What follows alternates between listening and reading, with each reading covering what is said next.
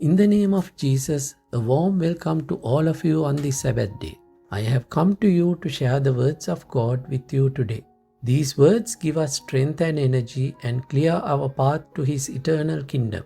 Let us listen, understand, and imbibe them in our lives to help our spiritual growth and also for our worldly activities. Please turn to the second epistle to Timothy, chapter 3, verses 1 to 5. But know this, that in the last days perilous times will come.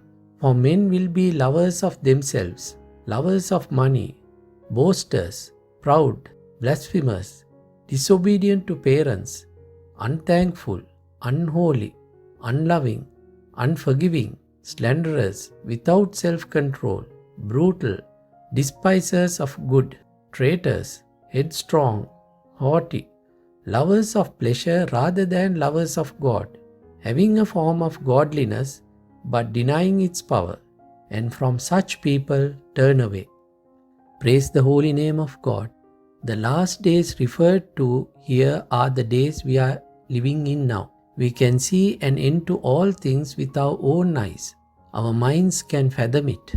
People can gauge the start, middle, and the end of our lives. Human civilization is under threat. Holy Bible says when people are not righteous and virtuous, humanity will suffer. It will have catastrophic effects on nature too. When people live virtuous and moral lives, it will have positive effects on our planet. In these times, people do not practice human qualities and virtuous qualities. They are facing troubles, difficulty, and stressful situations. They behave inhumanely and cruelly. Their hearts are not pure. They have destroyed nature. They do not have grateful hearts. They are not thankful or grateful. They do not care for others and do not obey parents. Boasting, pride, and wickedness are very prominent in our societies. This sort of atmosphere will mark the last days. We mentioned a long list of sins. People worship their religious leaders, worship God, read religious books, and listen to religious sermons. But their day-to-day practices have not changed for the better. Neither the teachers nor the people who listen to sermons have changed. These are the signs we will expect when destruction is looming. We can see people are very active. They have even landed on the moon. People are now preparing for future human exploration to reach other planets. They are exploring the possibility of life in other planets close to ours, trying to understand whether life exists elsewhere in the universe. Even houses are built underground. But despite these scientific advancements, people still continue with sinful and evil practices. We can see very well that the future for us on this planet is bleak, but we do not realize why these things happen. We are facing self-induced catastrophes and extreme natural disasters. We are exposed to threats including threats from outer space and geologic upheavals on Earth. Holy Bible says in the final stage of human existence, people do not respect each other. They are arrogant and egoistical. They are big-headed and self-centered. They do not care for parents and elders. They have lost respect for each other. They are greedy. They try to achieve their endless desires through greedy actions. Their desires are many: sexual desires, desires for worldly possessions, and mental desires. As a result, people have destroyed this beautiful creation of God given to us to live happily and peacefully. Disciples once asked Lord Jesus, "What are the signs of your second coming?" Lord Jesus said, "Live your lives wisely and honorably. Do not let others cheat you. Do not act foolishly and unwisely. Always act wisely and sensibly. Do not let others deceive you." With the advancement in technology, people are now confused.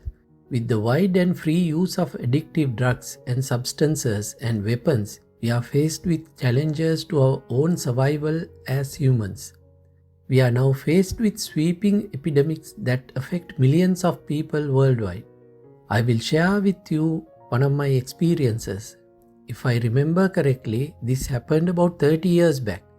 I was young at that time, around 20 years of age, soon after my school education. I was a believer boy at that time. We had a prayer group. I had a relationship with God. There were things that I learned by listening to sermons. All of you have the connection with God. These were not things that I read or heard. They were things that I felt. These feelings are very important. It is these feelings that give us the right direction. There was something I felt at that time. There were elderly people as well as priests in the prayer group. There were about 20 people. We develop opinions and judge ourselves based on our experiences as well as how we perceive them. We build relationships based on these experiences. All members in our group were enthusiastic and passionate about God. We would talk to people about Jesus. We would pray for them to change and cure their illnesses and to get deliverance. I was also part of this group to serve God. I am sure you also love to serve God. For that you must have true knowledge and love for God. You must have true faith in God. The list we spoke about earlier is sins. They are bad qualities that we should avoid. We must have respect for each other, but we are not respectful. We should be thankful and grateful always, but we are not. These human behaviors are clear signs of the last days of our existence. We should not be thinking of the end of the world. Instead, we should be focused on our own qualities that bring destruction. If we focus on correcting our own destructive actions, we are able to postpone the destruction of our planet. The destruction of the planet will happen automatically if we do not address our own destructive qualities. It is us who are responsible for the destruction of our planet and not the other way around. Our planet is not responsible for our destruction. Getting back to the story, once a youth came to the prayer group. I remember he was wearing 3/4 length trousers with holes all over. Even the t-shirt he was wearing had holes. He was wearing chains and rings and was wearing a cap in an unusual way. He was brought to our group by somebody for us to pray for him to get deliverance. Everybody started praying for him, and while praying, I felt that we should do something different for this person. The priest was also there. We all prayed fervently and intensely for him to get him out of his addiction to drugs. During the prayer, I felt he had two options, either to go for rehab or go to jail. If he goes for rehabilitation, he will escape from it, but if he goes to jail, he will be looked after and also get his basic needs. So my preference was for him to be jailed for a short period of time. During the prayer, the priest and others would ask this boy very strongly, "Aren't you seeing Jesus now? Aren't you seeing Jesus now?" And this boy would say, "Yes, I can see. Yes, I can see." The team was very intense and focused. The prayer group would ask, "Are you not seeing a big cloud like fire descending from the sky?" And the boy would say, "Yes, a fire is coming down as if it's burning everything. I can see balls of different colors." Another person asked, "Do you see angels with 2 wings descending?" And this boy would say, "Yes, I can see. They have not just 2 wings, but they have wings on their legs too." This boy would answer what he could see to every question that was put to him. Everybody, including the observers, were very enthusiastic and excited.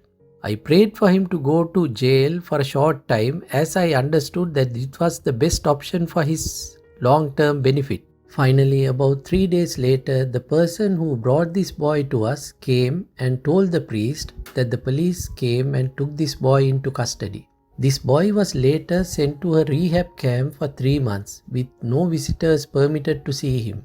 About a year later, he came to the church to see us. He was dressed neatly, white shirt and black trousers. He had put on weight. He had given up his addiction to drugs, a completely changed person. When everybody prayed fervently for him, he expressed what he saw, and people were ecstatic for what they experienced.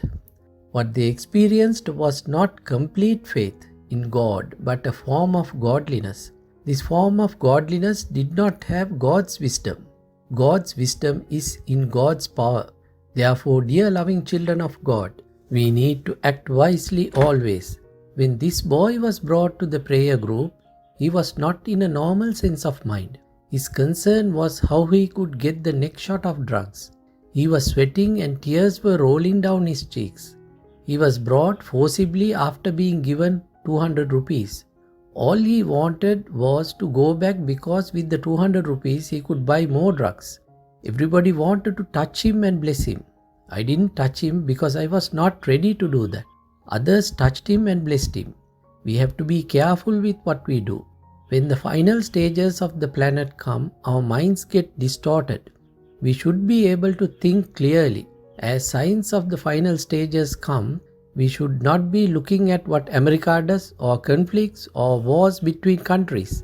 Lord Jesus spoke about the conflicts and wars, but our focus should be on our own actions. How should I behave? How should I pray? How should I face different situations? Am I a loving person or am I a kind-hearted person? How do I deal with my family? How do I interact with my family? Are my actions righteous? Do I face situations patiently? Do I deal with others lovingly? Do I discharge my duties and obligations well to my family, church, and relatives? These aspects are more important than focusing on the outside world. We need to act wisely always. When this boy was brought to the prayer group, he was not in a normal sense of mind. His concern was how he could get the next shot of drugs. He was sweating and tears were rolling down his cheeks. He was brought forcibly after being given 200 rupees. All he wanted was to go back because with the 200 rupees he could buy more drugs. Everybody wanted to touch him and bless him. I didn't touch him because I was not ready to do that. Others touched him and blessed him. We have to be careful with what we do. When the final stages of the planet come, our minds get distorted. We should be able to think clearly. As signs of the final stages come, we should not be looking at what America does or conflicts or wars between countries. Lord Jesus spoke about the conflicts and wars, but our focus should be on our own actions. How should I behave? How should I pray? How should I face different situations? Am I a loving person or am I a kind-hearted person? How do I deal with my family? How do I interact with my family? Are my actions righteous?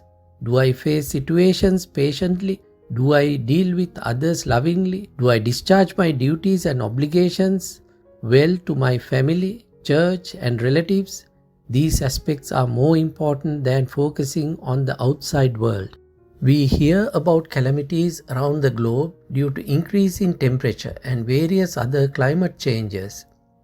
We don't think of unpleasant and hostile situations and pressures within our family and close associates. This is what Paul meant when he spoke to Timothy in the Bible. Paul was a very wise person with good education. In the last stages, people lose human qualities and will do inhuman acts. Therefore, the Holy Bible says to avoid such people. They may go to church and pray, but that is not relevant. We must practice basic human qualities and practical wisdom. Let us acquire the practical wisdom to face day-to-day situations successfully. Let God bless us to acquire God's wisdom and not just godliness. This is essential in our lives, whether it be at home, workplace, or school. May God bless us this morning. I will now pray for you. Please close your eyes and bring your palms together. Father, Almighty Creator and the Maker of heaven and earth, we praise your holy name. We are expected to face difficult times in the final stages. O Lord, people are attached to money and themselves. They are selfish. They do not care for others. Boasting, pride, and wickedness are apparent everywhere. Please make us realize that we are not important. Please make us understand our own self-destruction and not the world destruction. The world will become a better place when we focus on ourselves. We will then experience you. Please bless everybody. We surrender to you in the name of our Savior, Lord Jesus of Nazareth. Amen. May God's love, the limitless compassion of Jesus, and the peace of the Holy Spirit be with us for eternity. Amen. In the name of the Father, the Son, and the Holy Spirit. Amen.